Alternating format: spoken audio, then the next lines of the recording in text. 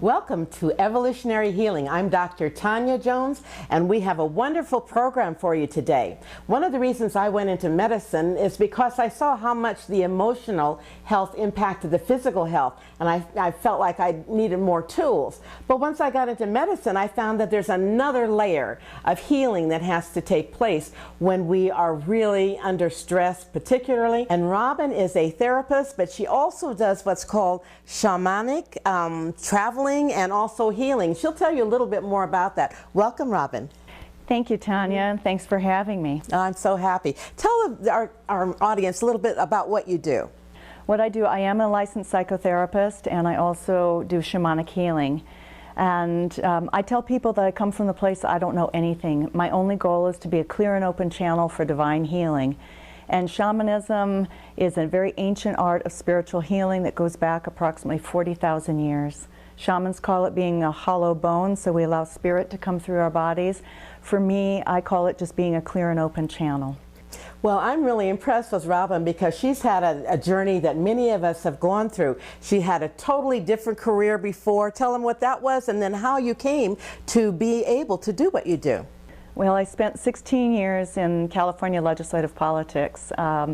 In a variety of different positions, chief of staff to a minority leader in the legislature, and then 6 years working for U.S. Sprint, managing their government affairs operation for the Western United States, and then the last 5.5 years as a contract lobbyist representing big corporations. And my journey is I began to see spirits, and both with my eyes open and my eyes closed, and things from angels as well as the more unsavory types, the darker ones. And I sort of did what any person might do in that situation. I ran away, and I came to Santa Fe, which is the wrong place to come if you want to stop seeing spirits. And my journey began there. Actually, Robin also has a sort of family tradition too. Tell them how that happened. Well, I didn't really realize it, but when I was in Santa Fe, the spirits kept coming to me. I went back to school to get a master's degree in psychotherapy. And I would be in the classroom, and my aunt, who was deceased, came into the classroom and began speaking to her, and I could see her as clearly as I can see you today and see anyone, and we began communicating. And one day I was in the car driving to Albuquerque, and my grandmother, who had been deceased for many years, came into the car, and I could see her, and she told me that she had a gift and that my mother had a gift, and that it was time to pass on to me. And very unconsciously, I turned my hands over like this on the steering wheel, and I saw golden light pouring into my hands. And she said, "I'm passing on the gift to you from all the women in our lineage since the beginning of time." And I asked, "What is the gift?" And she said, "You'll find out." Right, right. This is really important because so many people are having experiences that they don't share with anyone because they don't want to be thought of as crazy. Children have experiences and they're told, you know, forget it, you know, you're imagining it.